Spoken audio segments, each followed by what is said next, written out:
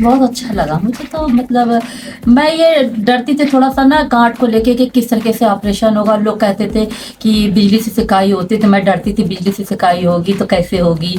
तो जब मैं पहली बार गई तो मुझे थोड़ा सा डर सा लगा था। जब सिकाई हुई तो जो पहले दिन तो लगा, फिर दूसरे दिन तो मैं बिल्कुल नॉर्मल हो गई। मुझे लगा कि कोई डर नहीं है इसमें।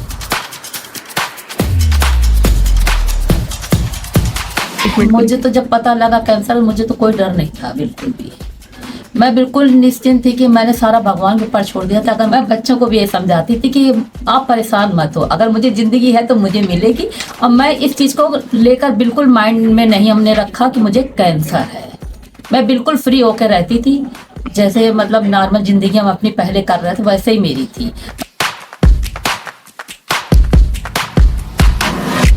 नहीं, कोई डाउट नहीं था इस तरीके का मुझे। बाल का तो ये था कि आप जब आपने बता दिया था कि बाल जाएंगे तो बाल चलेगा, तो मुझे कुछ डर सा नहीं लगा। अब ये था कि बाल तो आ ही जाएंगे। थोड़ा सा शर्म सी आती थी, मैं बाल इस तरीके से तो मैं दुपट्टा लगा लेती थी तो उससे थोड़ा सा रह जाता था। वैसे कोई वो नहीं। सर्जरी को थोड़ा सा डर लगता था कैसे, क्योंकि कभी मैंने कभी हॉस्पिटल देखा ही नहीं था। मेरे बच्चे नॉर्मल हुए, घर पे ही हुए, और जब आपने ऑपरेशन करा तो मुझे तो कुछ पता ही नहीं चला मेरे साथ क्या हुआ। बहुत अच्छा आपका रिस्पांस रहा। मुझे तो, मैंने तो सारा आपके ऊपर छोड़ दिया था बस।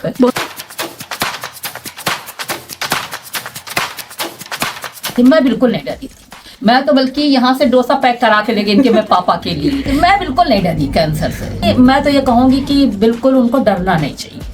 बिल्कुल ऐसे मतलब उसको करें कि मतलब ये सोच ले कि मुझे कोई बीमारी है ही नहीं, और तभी अगर ये सोच लेंगी ना तो वो बीमारी बहुत जल्दी ठीक होने के चांस हो जाते हैं।